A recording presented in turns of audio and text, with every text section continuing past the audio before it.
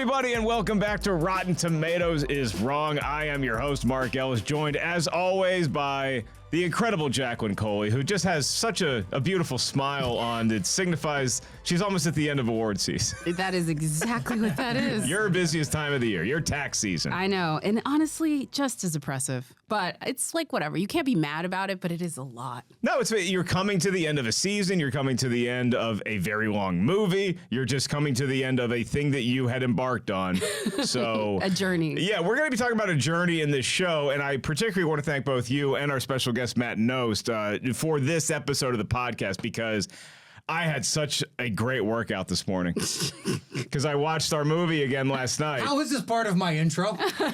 You, Matt, and I go way back in dominating the backcourts of rec leagues here in Los Angeles, the municipal county rec league, B League. But today, we're talking about Rocky IV, and I watched it last night. I watched the director's cut for the first time ever. You went so extra credit. Rocky IV, it never fails to give, I think maybe I'll just limit it to men of a certain age, but probably a lot of people, juice when it comes to I need to get back in the gym. This movie does it just about as well as anything.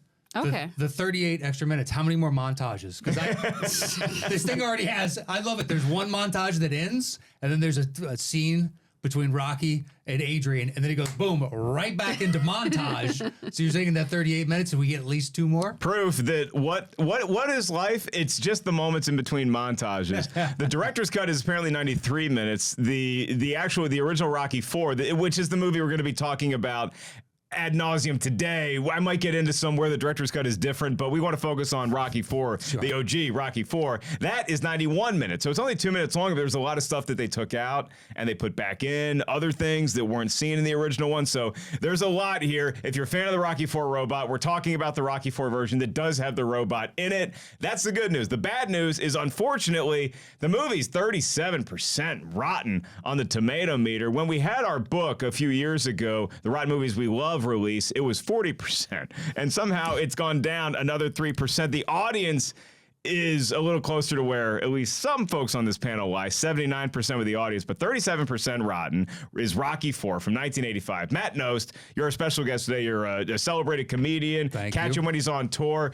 He's also, again, deadly three-point shot. We also have this great trivia sensation you've created on YouTube called Settle the Score, where every week you have two movie enthusiasts, a lot of pundits in this space, some celebrity guests. They try to guess the score that your buddy Andy is playing on the piano, and it's from a movie. 3 rounds, and so I figured you're an expert on rounds and judging rounds.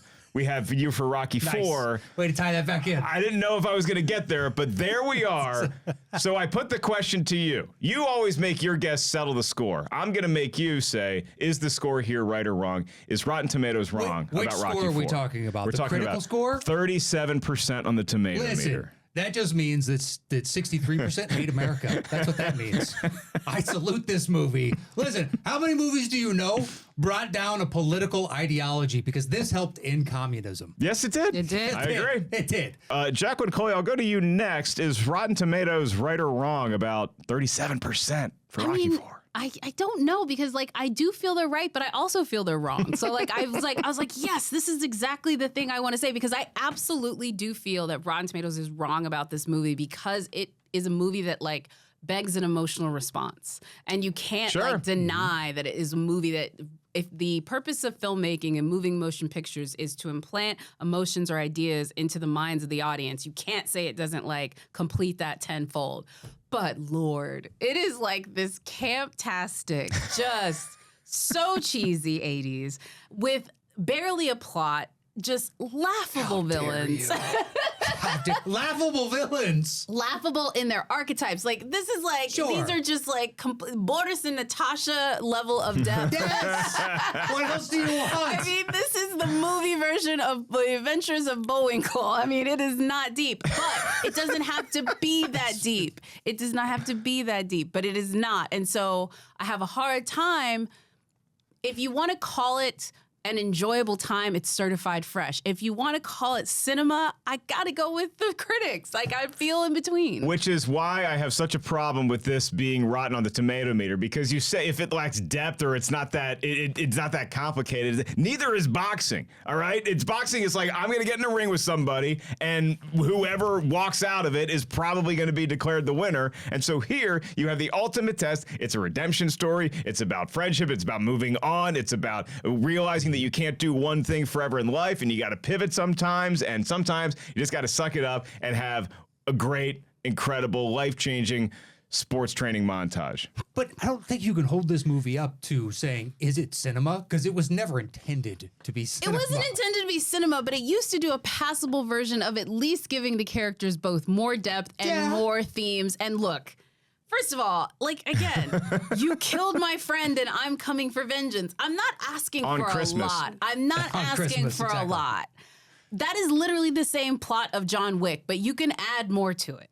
It was the peak of sort of 80s American machismo, and because Stallone and Schwarzenegger this time were like the two of the biggest movie stars on the planet. You know, Schwarzenegger coming off Terminator, and he was about to blow up in movies like Predator, and you had Stallone with the Rambo franchise and with the Rockies, and they just kept going. This was probably the Rocky movie where they're like, oh, we're just going to keep getting these movies every so often. But we didn't, and they took an interesting turn afterwards. So this is a very interesting point in the Rocky mythology. So we want to get to a lot of Rocky IV talk, obviously, but I also want to relate this movie to the other Rockies, which one stands the tallest, including the Creed movies, because Creed 3 comes out, I believe, tomorrow as of this recording, or maybe the next week. So Jack and I have seen Creed 3. We might give you a little sneak preview as to our thoughts, but let's get into a couple editorial shout-outs first before we get to 2 minutes with Tim.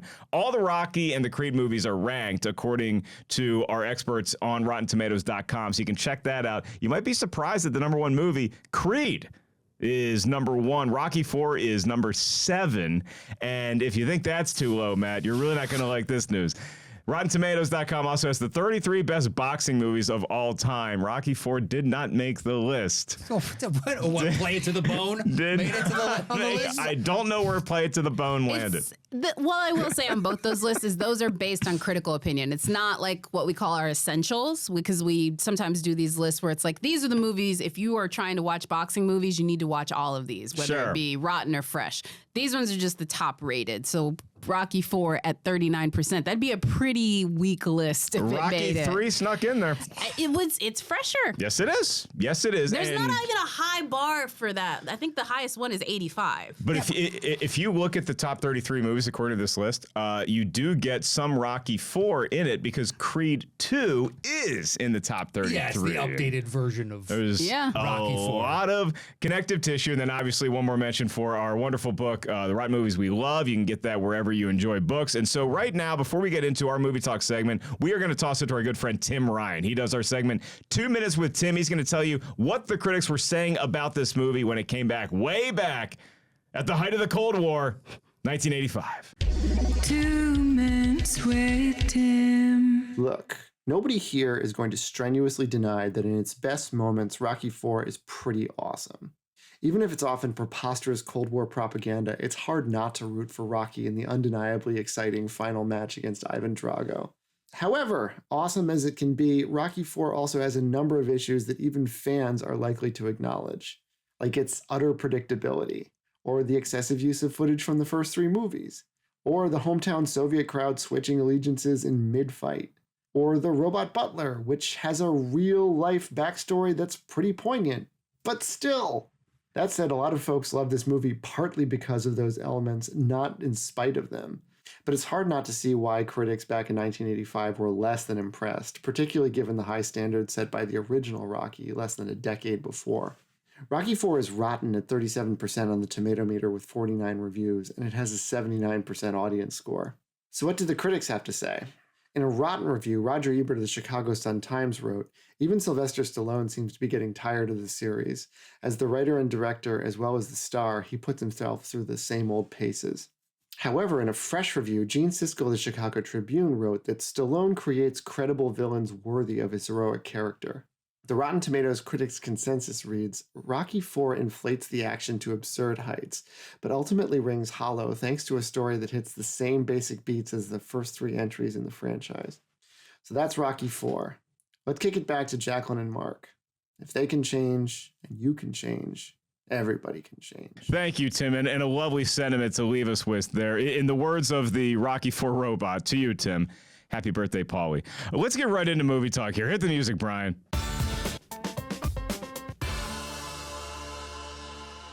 Just so much to discuss. First of all, I have an update on the 33 best boxing movies of all time. Play It to the Bone did not make the list. It is sitting at 11% on the Tomatometer. Matt, you are welcome to come back on the show when we have our Play It to the Bone episode. Not going to happen. I'll join the critics on that one. Do we have a this movie is garbage show? Because I'll join that show. You can. You are allowed to say Rotten Tomatoes is right, although with us, we tend to disagree with this particular Tomatometer score. Let me go back to the first time that young Matt Knost heard of the name Rocky Balboa. You were aware of this franchise because, to me growing up, it was always you talk about the Rocky movies and talk about them with my dad, and it's like, wait, it's 3, the one with the Russian guy, or is that with Mr. T? You didn't really know the names of anybody. You just knew Rocky was fighting something impossible. I think the first one I might have seen was 3 because of the Hulk Hogan aspect. That was huge into wrestling, like a bunch of kids my age. Yeah. But this movie 4 ties in with all those themes because that was a lot of wrestling, which is USA. So to see that on the big screen, I was like, this is amazing. Did you see it in theaters? Yeah, I saw Rocky. I was a little kid. I was 6.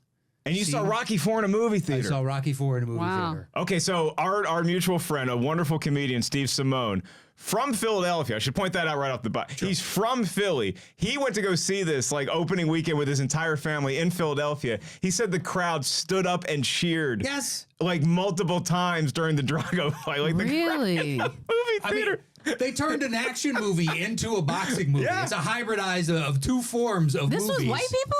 It was Philly. It was probably a nice cross section because you got to remember. That's Rocky, what I was confused by because I'm just picturing, I know it's Philly, but let's be real, depending on the theater. You know what I mean? Rocky has such a Philly lineage it's very good at appealing to a wide swath of demographic because you have obviously the Rocky Balboa story. I would be more but impressed Apollo if it was Creed white as well. people. That is not their vibe in the theater is my point. You go to a movie theater in Atlanta. For something like Rocky? Yes, I think that's more if there are other movies. No. Basically what I'm saying is if the movie can inspire the never make noise in the theater crowds of most establishments to all of a sudden decide to get into a dialogue, this is cinema. I agree. The next year, white people probably had a good run with Top Gun, but nothing like Rocky IV. And you don't have to believe me or Matt or Steve or anybody. You can just go watch Eddie Murphy Raw and see the bit he does about white guys leaving a Rocky movie and thinking they're invincible. This is a different vibe. That's I do feel like there's a different vibe in this movie. I think that there it is. I felt it. So did you just go as 6-year-old Matt Knost? Did you just charge out of the theater pumped up? Waving an American flag. All those things that I was already, going off the top turnbuckle with my brother at home. Yep. So it just fed into the rage you have as a 6-year-old. Yeah. So it just fed into that quite beautifully. And it cemented, it's hands down my favorite Rocky, still is to this day. So, Jacqueline, you were aware of the Rocky franchise when? I was aware of the Rocky franchise early just because of Apollo Creed and Carl Weathers. Okay. He was very popular. And so I want to say the second Rocky where they rematch was the first one that I ever remember seeing. And it was probably a TNT rerun basically. Sure. And I know I was way older, whatever. I think I was born when the third one came out. Anyway, but Mr. T, that was the first one where I was really into it because Mr. T was scary in that movie. Yes, he was. Mr. T was a legitimate super villain, and that to me also had that wrestling element to it. That really solidified both of those for me. Right, and then you have Rocky V, and then the franchise just sort of ends and is in the doldrums for 15 years until Rocky Balboa comes out, and then we have this resurgence again with Creed in 2015, which got great critical reviews and made a crap ton of money. Now we have a new franchise to celebrate, again, one that does tie back to a lot of the things that we see in Rocky IV. So, it's a hard thing to kick off with, but as Jacqueline pointed out, Matt, she feels like if you're just looking at this with a critical eye, the movie should be 37%. But just like as somebody watching a fun movie, you love it. Is this a bad movie that you just think is good to watch? I think we all look at different movies through different prisms. So you go into this one not going cinema verite. This is going to blow me away. I can't wait for all the subtext. Although there is some weird stuff in this one upon rewatch that I never noticed before. Like what? The opening fight, the Living in America, that whole sequence. There's a lot of pagan symbolism. It seems like there's a bull. There's a bull that comes down and it transforms into, a Creed dies and he's in a Christ-like pose as Rocky is holding him. But for some reason, Paulie has a torch, but the skull is at the top of the torch. It hasn't been lit yet. Did you put on Temple of Doom by accident? I don't know. Trust me, go back and watch it. I do know that. I remember the bull. I remember because There's I a watched. bull. Why is there a bull? There's no, and it. Well, the one thing I do know is they were basing that moment off of James Brown's stage shows at the time. Did he have a bull on his He stage show? had like all kinds that of explains crazy. it because I saw that and I was So like, he did have all kinds of crazy stuff, and I do remember animals were a part of it. I don't know if it was a bull. it's a huge bull. I don't know if it was a bull, but like because James is singing his song "Living in America" for this one.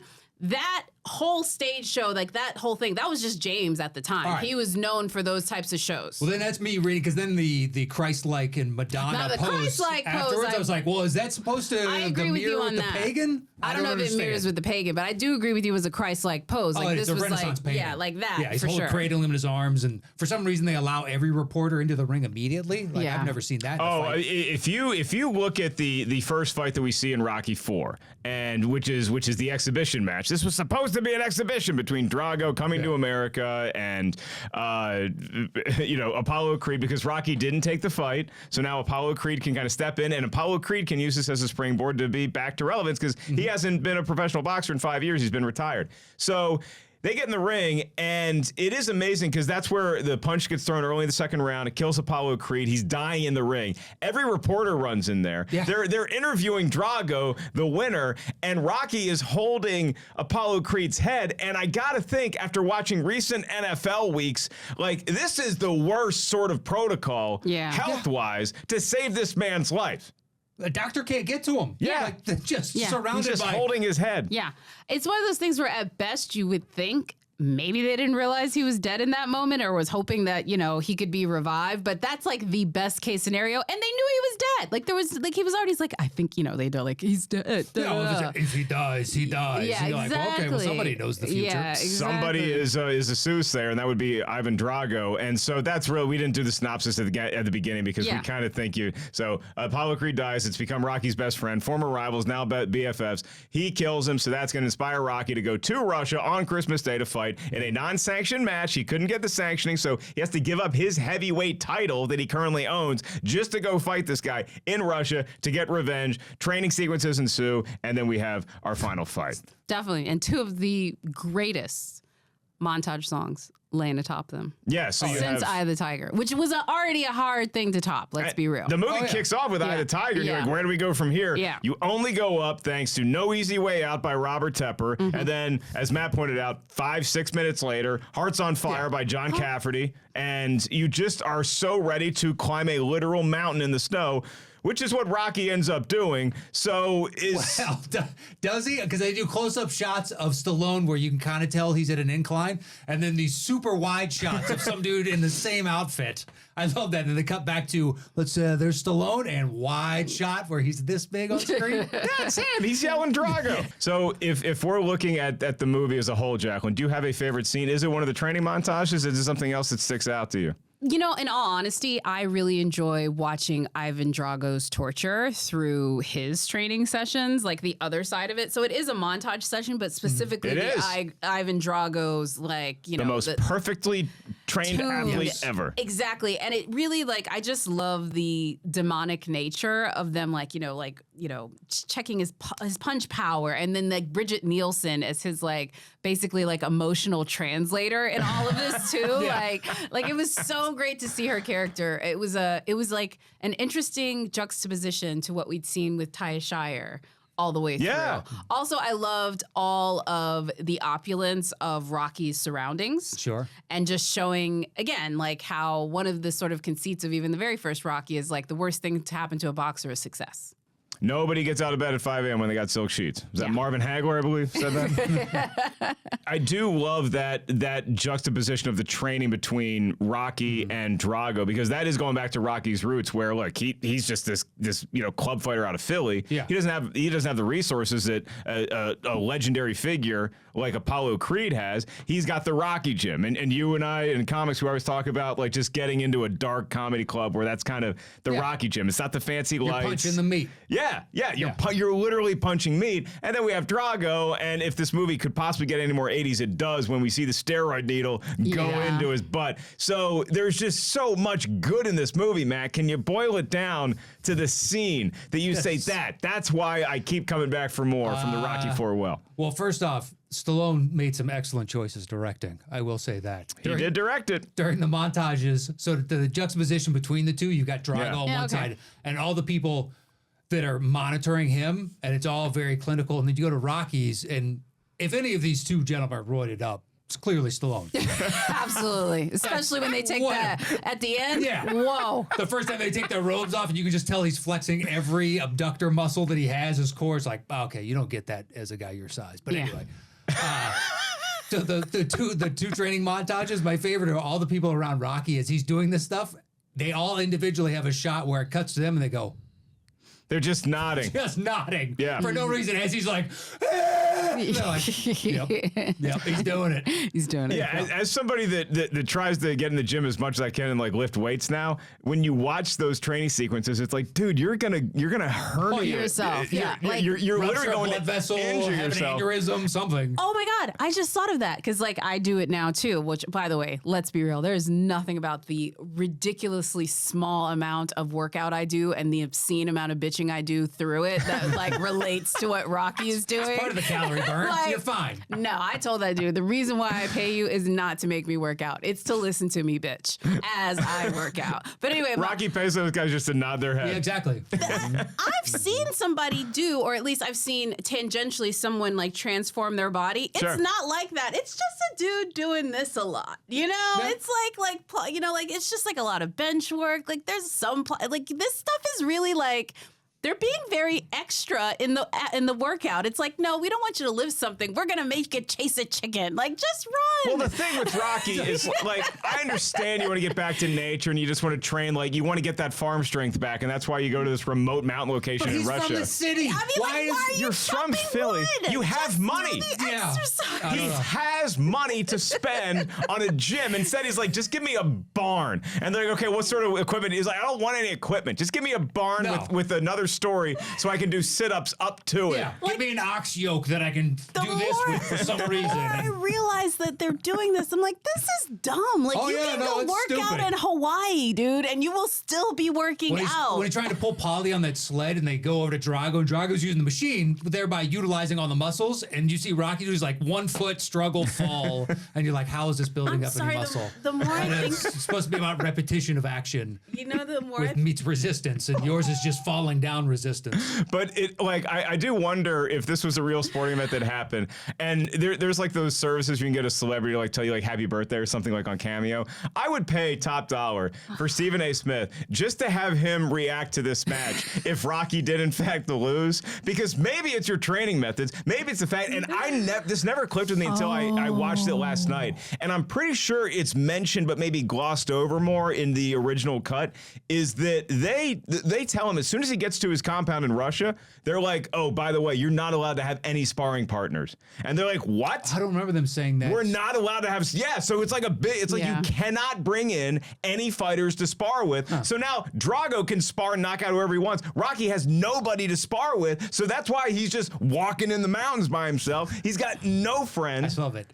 It is ridiculous leather Sherpa-lined jacket. This whole outfit, I couldn't tell if those were jeans or sweatpants he's wearing. It's just perfect. Fly in Clubber Lang, you know? Stand by what I said, and this is a camp picture. Rocky doing this way is literally like Nathan Lane in the Birdcage pretending that he's not gonna go on. And so he's Kinda. like literally like, it's gotta be like this. Like, this is so camp. This is so camp. But that's what makes He's it. like, It's not we're trying. gonna put on a show and we have to show them how hard we worked and we're gonna make it butch, ladies and gentlemen. It's gonna be ice and yolks.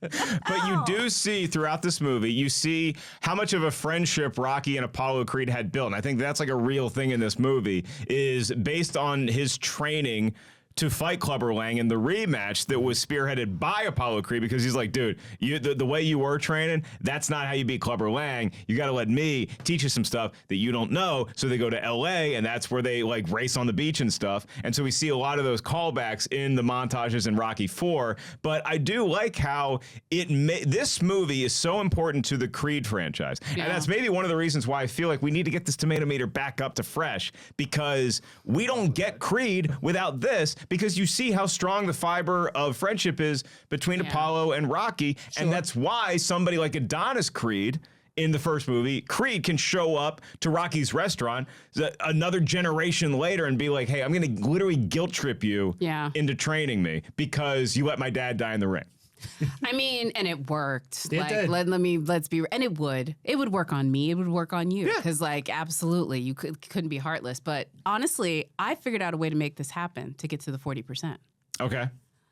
I think. What a low bar we're setting for. Just get back to 40%. I think I should Is put that this fresh? out here. No, 60% I is was going fresh. to say, I was like, boy, that seems like a low At threshold. least, I mean, we can at least get to 40 maybe. I think I can maybe do that. Because in all honesty, the more you were talking about these male friendships, my fanfic brain is working. Like, I could see a story where it is Rocky who has this secret love affair with Apollo Creed, and then Drago kills him in the ring, and so then Rocky wants to fight him in the ring, but then he realizes through the fight that they really love each other. Like, this is a fan fiction waiting to be written. Yeah, but this seems like a Ben-Hur. Charlton Heston knew about the gay subtext, but didn't know about the gay subtext. Literally, like, I really do feel like this is a fan fiction, and I will release the fan fiction to every single person that votes this movie fresh. Long-time literally. listeners of our podcast will know Jacqueline's affinity for sports-themed erotica Yes, it that she is. reads on beaches from here to the other side of the world. I've seen her travel schedule. It's intense. There's a lot of frequent flyers. You're going to have a good time in first class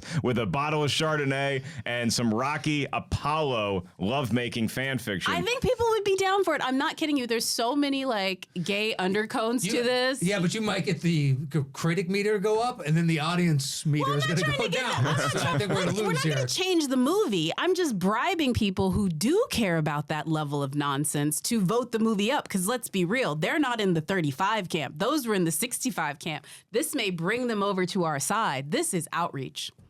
Okay, all right. This is outreach. This is not trying to take anything away from the movie. The movie exists on its own. This is just for the dark corners of the internet where we like to play. Where you're trying to bribe for votes. The movie you need? does steer you in a lot of different directions. It can take your brain and say, oh, well, what if we tackled that threat? Or what if we walk down this rabbit hole? Where we ultimately end up is Russia and a convincing victory by Rocky Balboa. And he does manage to win over the Russian crowd that night because they just see the heart of a champion. They start chanting Rocky. Certain members of the Politburo just kind of stand and clap, whether it's for political reasons or they were genuinely moved.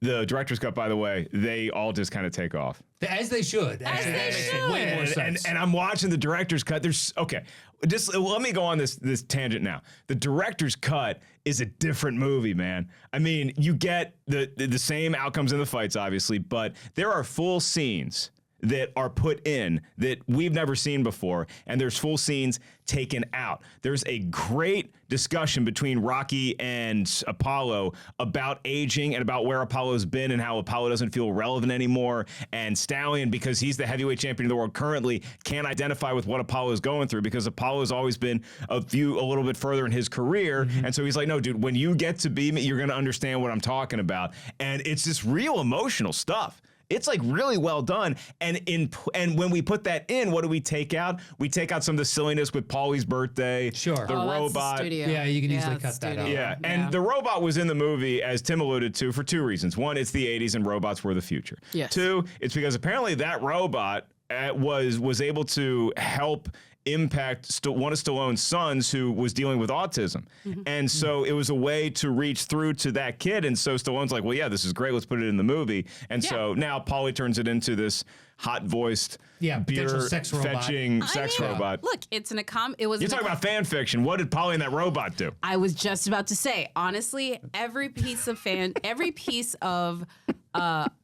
I don't know, media would be better improved with a fan fiction overlay of just a little bit of dirty writing. I'm telling you, it all gets better. But it was an accommodation tool for an autistic kid that also became an accommodation tool for Paulie, who is like also coded autistic. He's grumpy. He doesn't like people. That's fair. He wants to be on his own, and he's very particular about the food that he eats. Dude, give that guy liking trains, and he's Sheldon from The Big Bang Theory. Or he's just a crotchety old man. Or he's just a crotchety old man. Coded. Did Adrian help or hurt this movie as far as Rocky's performance in the final fight? Because she doesn't want him to go. By the way, this is a woman. She's always stood by his side. This is the same human being who woke up from a coma towards the end of Rocky 2, and the first thing she said, just win. Go win, right? Go kick his ass right now. And so we know Adrian's in it for the long haul. She is insulted by Clubber Lang in Rocky 3, so obviously want to kick that guy's ass, get some revenge there. But she really doesn't want Rocky to go. She does not want Rocky to go to Russia. Apollo got killed right in front of her. I don't blame her for having reservations. But then, as producer Brian just alerted me to, she does in fact meet Rocky in Russia. Where's their son? We don't know where their son is. No. He's probably being watched. He's at home. He's at home. We see him. He's watching the fight later on. Yeah. With two friends. So there doesn't seem to be a parental figure involved. But here's why I asked the question about Adrian. I love the character of Adrian, but he clearly went to Russia early to get minimalist, to just have his training team around. You two have other people in your lives. There's, dare I say, the word love. What does it do to you if you go to Russia to go fight this guy and you just want sole focus, and then your partner shows up unannounced, maybe a week, 2 weeks before the fight? Are you happy about it, or are you secretly like, what do you do? You're ruining the routine. Hold on. I like that you're asking for my genuine reaction to, first off, I'm the world heavyweight champ. Second, I saw my best friend get murdered in the ring by this dude, and now I've flown across the world to go train, and my wife suddenly shows up. How do I feel? I guess pretty good, considering I'm facing my own mortality, considering this guy just killed my best friend. It's going to ruin your focus. Your boxer has to have legs. Maybe it helps. There's a lot of yeses that I have to go through to get there. And I don't know if I can make the mental leap. Okay, maybe this is just me trying to rationalize my decision to live alone and live a life of celibacy the rest of my life. If your dog showed up and you weren't expecting it, would it throw you off your game? Yes, it would break my trainings. Now I got to take her out. She's out there running with you, and you guys are climbing the mountain together. You stand up, you're holding her above your head like Simba at the top of the mountain. I'm getting Hearts my on fire. Head kicked in by Ivan Drago, and it's because the announcer is saying, well, yeah, he wasn't getting good sleep the last couple of weeks because his dragon snoring dog kept waking him up every 2 hours. I mean, I don't know. Get her a little CPAP mask. Note to partners out there, don't show up unannounced with a couple weeks left in training. Let them fight the fight. Show up for the fight if you want to. Okay, yeah, show up in the fight if you want. Okay, I see what you're saying. Like, do I find fault in her decisions? Yes. But also, I couldn't have even, like, I would have never gotten to the point of boarding the plane when your partner is like, don't go. And you're like, I got to do what I got to do. Like, that is the leap I can't get past. The other question I was going to ask. Does Rocky make a convincing enough argument to pull this thing off to anybody? No.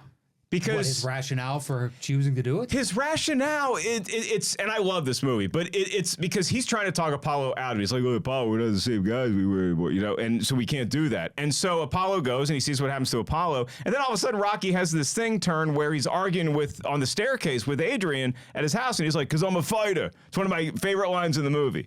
When she said, why do you have to do this? He's like, because I'm a fighter. So did Apollo just remind Rocky who Rocky really was all along? Or was this Rocky just so incensed with revenge? Because I think it's just more he just realized, oh, yeah, this is the thing I'm good at. Well, I mean, if it's revenge, I don't know that he emotes that, where you see the rage of wanting to get the satisfaction of, you know, getting back this guy. The eye of the tiger? Yeah, but you would assume that'd have to be part of the motivation. Maybe it's also the, I don't want this guy stealing the thunder of what I've got. I don't know. That's a good question. because you don't see it on the screen. No, and Rocky he was on the top of the world. I mean, it was sad that he lost his trainer, but Mick, how many years did Mick have left anyway? So Clubber Lang gets knocked out by Rocky, and he wins, and he's heavyweight champion of the world, and he's on cloud 9. And then I think he's just a guy who now can still fight at the same level he used to, but he just needs supreme motivation. It's not just, I never saw Rocky as that like Michael Jordan, Kobe Bryant level of competitor where he's just an assassin who needs to rip your heart out every time he wakes up. I feel like Rocky needs the proper motivation. I feel like Apollo Creed dying did that. Yeah, I wonder, I'm not even kidding you.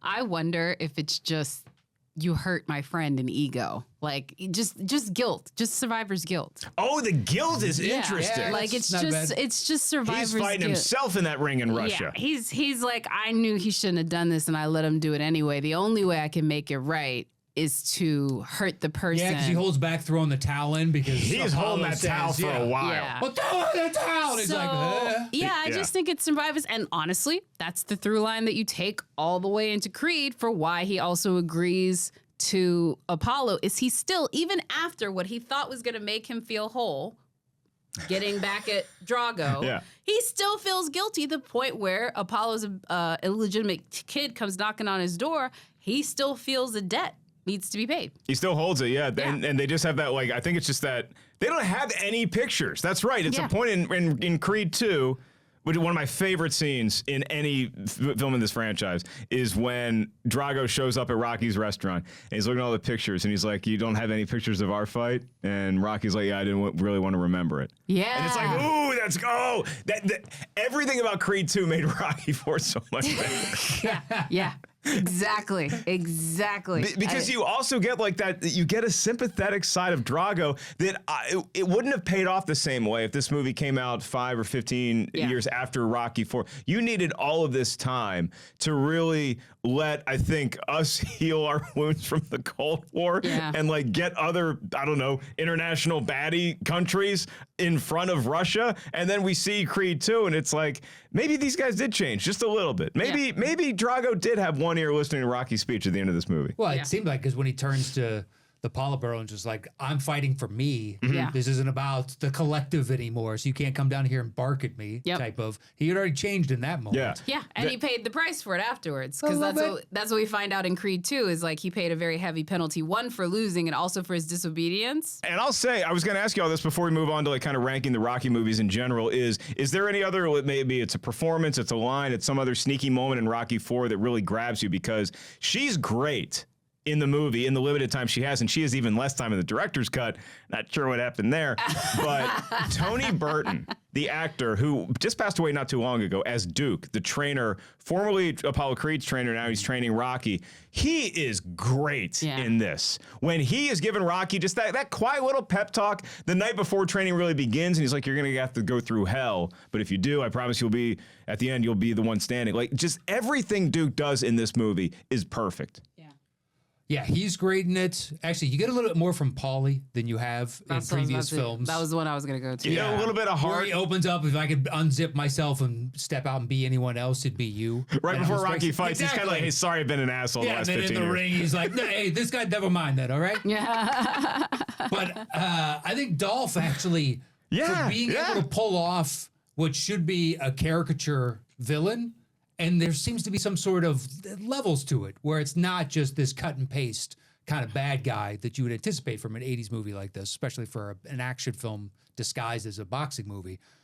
There's some subtlety to that, which upon a rewatch, kind of surprised. It was like, that's better performance than I remember. Yeah, he's really smart. That's the other thing that's most surprising me about that. I actually did our Creed 2 junket for us here, and like Dolph Lundgren's a genius, like a legitimate genius. PhD candidate. Yeah, definitely. I actually though it was Paulie. Like the softening of Paulie towards the end of this film is really adorable, and also his thing with the robot, like they were comic relief, and I'm not saying that I would be like sad if it didn't have it in there, but there was an unthawing there. And I do think that that is a little bit coded more than crotchety, because crotchety doesn't unthaw like that. And the movie, I will defend the robot's appearance in the movie, in the original cut, because again, not in the director's cut at all, but I think it does serve a legit purpose, because you're seeing how spoiled you do get once you have everything you've ever wanted. Yes. And the height of everything you ever wanted in the 80s was, I wanted my own robot. So you've won all these championships, you have all this money, and the same could be said for Apollo Creed, because we see him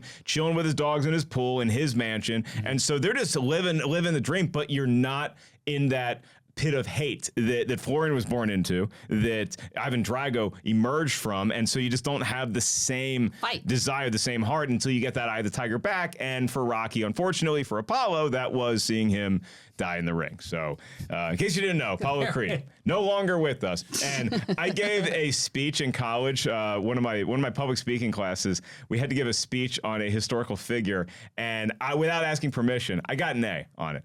I just gave a speech on Apollo Creed and how he was the greatest heavyweight champion of all time.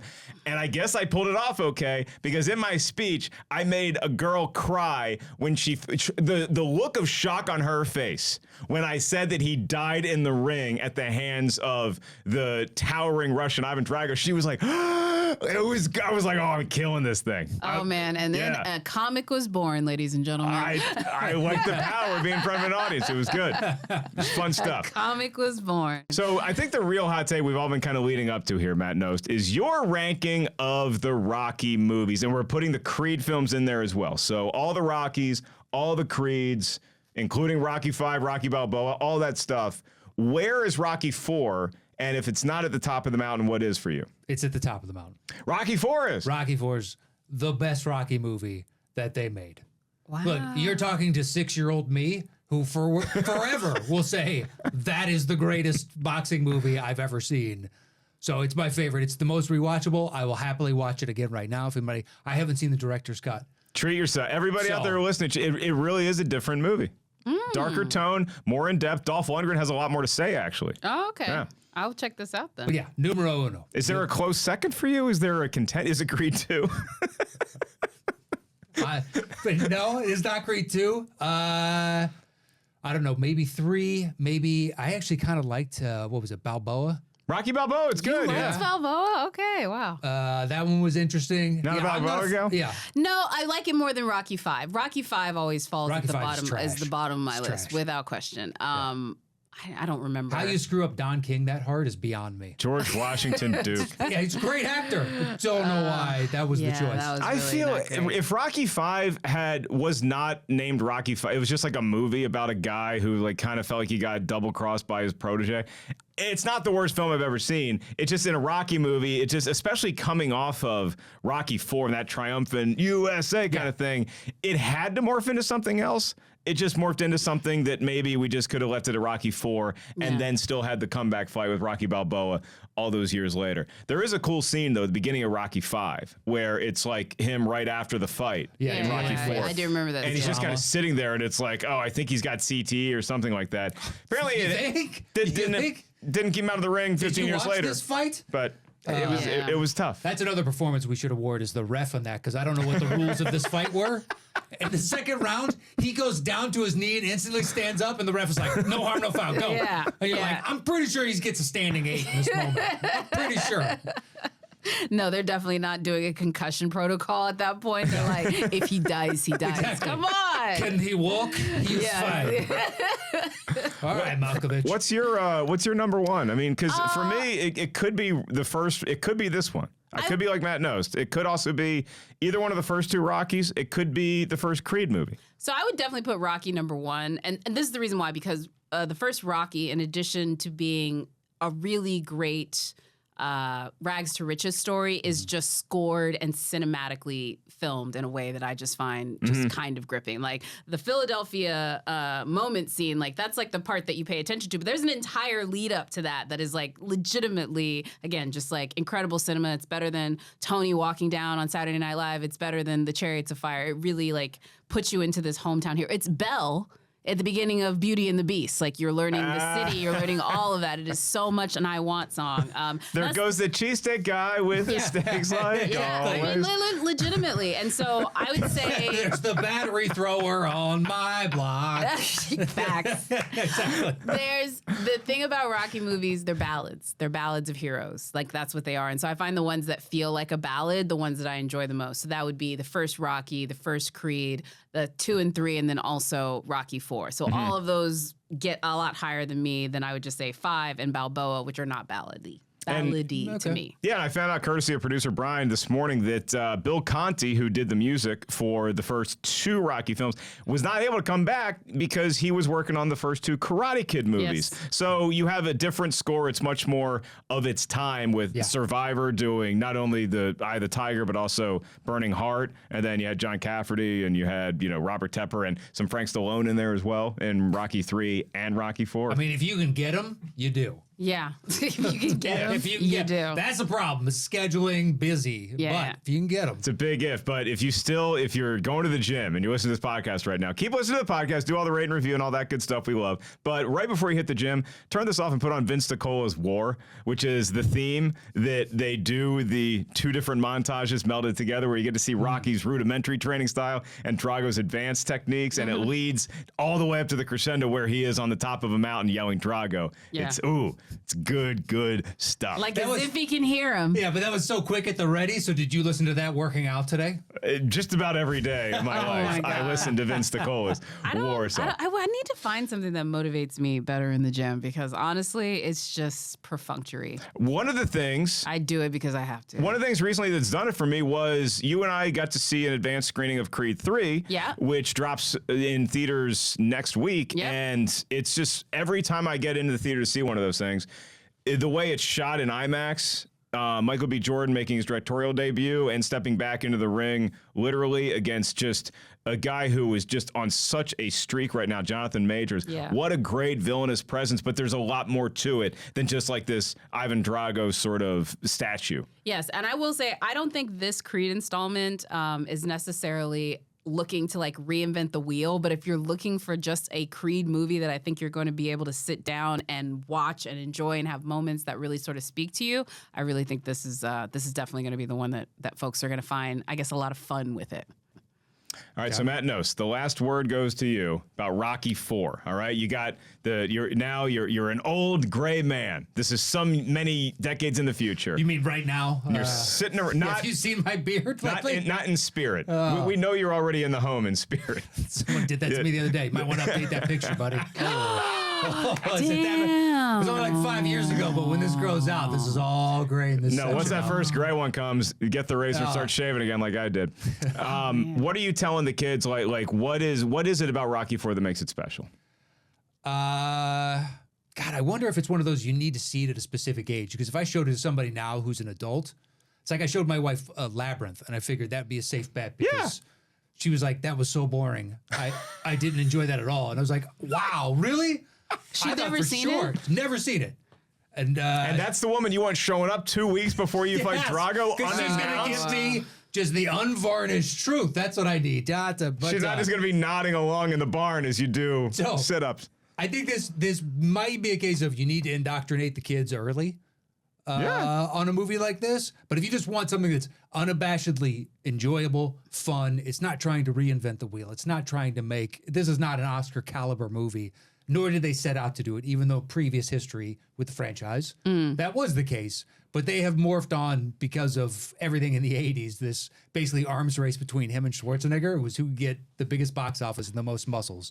And it's a product of its time. If you know that going into it, I think it's phenomenal. It is just pure enjoyment. That's all it is. Yeah, and you go back and I go back to Creed 2 just to say that I think that movie impressed a lot of people with how well it was able to pull off the lore. That you can be critical about Rocky 4, you can say it's cheesy, you can say it's just a montage movie, it's a glorified music video, whatever you want to say about it. I think that Creed 2 impressed a lot of people with, they took that backstory and they weaved it into something that actually did feel real and vital, and I actually cared about these characters. So Hats off to Rocky IV for that. So you never know. You can bury mythology, and then sometimes it'll come back in a way that emotionally surprises you. That's going to do it for Movie Talk today. We don't have a mailbag, so we're just going to go right to close. Brian, you want to hit some music anyway for us? Matt Knost, always a pleasure to have you in the building. Get to see you face to face. It's good to see you, bud. To smell your musk, to look at your beard, your wise, grizzled beard. My graying, ever graying beard. So mean. this show Settle That's the not mean, it's the fact of life. I want to save a couple more minutes for you to kind of tell the audience about Settle the Score, because you're missing out if you don't check this show out on YouTube. It is so much fun to compete in, but it's also just fun to watch because everybody at home is going to know at least a couple of these scores. We talk about the Rocky score. You know that, but sometimes if you just hear it, you're like, oh God, I know that. What's it from? That's the mountain you have to climb to win Settle the Score. Yeah, we tailor to whoever comes on. So if you came on, you're like, listen, I want fan fiction written by these specific authors. Like, no problem. I will find the movies that work for that. Got you. So we tailor it to the players. Because the whole point of the show is like, we're just here to have fun. We're not trying to prove who's the greatest of all time. It's like, I have no need of that. I just want to enjoy myself. And it's 3 rounds, and depending on what the round is, you're either going to get a score or a soundtrack. And we give you a clue, and then my partner plays the piano, and he's phenomenal. Nice. He's phenomenal. Andy Merriweather, shout out to him. he's Just nice. a sweetheart of a human and just so talented. And the best is I will find stuff where I'm like, I cannot wait to hear you do this. Like the German version of Major Tom from Atomic Blonde. We did that where he sings in all German. Wow. And he's like, you're an asshole. But he learned it, and it's great. And he sang it in German? He sang it in German. Oh, wow. And I've done other ones too. And I also like Shake Your Ass from About a Boy. And it's like, I can't wait to watch you rap. Let's do this. He's an English kid, from London. Nice. And I say kid, we're roughly the same age. He's got a sweet young face. Yeah, he though. doesn't have all the grays that I do. Yeah. But so I give a clue, and then he starts playing the piano, and you're guessing the movie, and that's all it is. There's 3 rounds, and it's just meant to have a bunch of fun. That's the entire gist and point. I feel like Jacqueline would be a lot of the same caliber player that I am, because I'll have some nice pulls in any given game, but there's also at least one where, like, I missed a Star Wars one last time I played. I was like, happens, though. I'm gonna get killed online for this. Oh, it happens. It happens. definitely happens. Sometimes you're just like, you don't realize it until after you're Yeah, it's told, just- and you're like, oh yeah, it's this, and then this happens, and you're like, yep, Nice. totally. Yeah, I get it. There's always a blind spot. But yeah, try and tailor the show to where you don't walk away with 5 of those. Because then the person's frustrated and just like, well, what was the fun in that for them? Yeah. I don't want that. I don't want to stump them every time and be like, we got him. Made him look like an asshole. Yes. We've had Brian on. Oh, nice. Tailored the show to him, and he's still lost. Specifically asked him, what are the things that you're good at? And he said, here they are, and he lost Oh the no, game. producer Wow. Brian. Yeah, him and his 2 partners on their show, and they're really good at the game. So I was like, Brian, we want you to win this one. I'm not going to tell them we're doing this in advance. Give me your genres, give me your directors, and then I tailored it to him, and he still Well, lost. that's why you're not being My heart broke for you that day, my 100% friend. candid. Yeah, Andy loves the competition. Andy wants everybody to have a good time. There is Yeah. part of Matt Knost that, going back to your Rocky and Bullwinkle reference earlier, he's got a little snidely whiplash in him. He's I got a see. little Oh, I mustache see. twirling. With you? Yes. Always with me, whether Yes. I'm playing Settle the I've Score. known you. Look, we've known each other since we were the fat iterations of ourselves. We used to be fat alcoholics together. So we carry a lot of baggage that. Hey, I was on I wouldn't vacation. do that with you. It's fun and jovial. Him, I'm gonna take He shots. will eventually. Yeah, It's okay. If we became good enough friends, yes, I would. I mean, could look, happen. I don't mind it. I was raised by a woman, so let's be real. You're We're also giving it a fantastic stand-up comedian. So for upcoming tour dates, check out Matt Knost on all of his social platforms. And congrats on a great run with your show Top 10, your podcast with our buddy John Roca. Finally nice. coming to an end after 8 years. All things must pass. And All so, things, yeah. all 8 things. years, wow. what was the final top 10 list you did? Well, this comes out Thursday. Yeah. We're not doing it till Monday. So Oh, it's a tease. as per usual. Look we at him. don't This tell show's you ending in and he's advance. still not giving us it. So we I got mean, look. to tune in.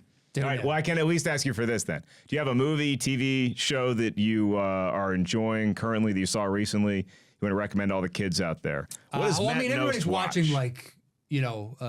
Last of Us. I started Gold. That's pretty good from BBC. haven't That Stonehouse is a 3-parter. That was interesting. Another BBC show. All right, you're getting in with the I Brits. already know my wife's a sucker for anything English, so we're always on the hunt for any kind of English show. Nice. So those, outside of Last of Us, that's what I've been watching. That and Godfather of Harlem. My God. Oh, I love God. I've done a bunch of stuff with that show. The Last of Us. Nobody just- watches that show though.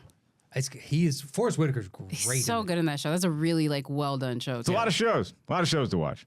Yeah. There's so many. A lot of content. Hot take from Mark as we say goodnight here on Rotten Tomatoes is Wrong. We love when we do get mailbags, though. We just didn't have time for it today. So email us, rtiswrong@rottentomatoes.com. Subscribe, rate, review, whatever your platform of choice encourages you to do for podcasts you like. Do it for us because not only do you like us, you love us. And if I died in the ring, you would avenge me in Russia on Christmas Day. Next week's episode, Jacqueline, what do we got? Who are we talking to? What are we talking about? We're getting dark. Yes! Gonna take it to the dark side. This is so bad. Please talk like that the entire episode. Oh God, who is that? Give me that prudish NPR girl. I don't like her. She peeks her head out. No, we're doing our After Dark episodes, which is basically whatever happens to come into our mind. All right, We just talk it through. maybe we'll have a special guest for that. Yes, Yes, we'll have a special. Might be a guest very familiar special You guest. might be very familiar. An incredibly familiar special guest. Why do you want me to tell you this? We don't ever do this. Our special guest will be returning.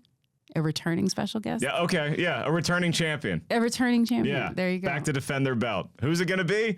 Tune in next week. That's why we do it. All right, for Jacqueline, for Matt, for Glenn, for Remsen, for Brian, the producer who lost, even though he had a huge leg up in his most recent Son of the Score appearance. The whole gang here at Rotten Tomatoes, I am Mark Ellis saying thank you, and we will see you next week.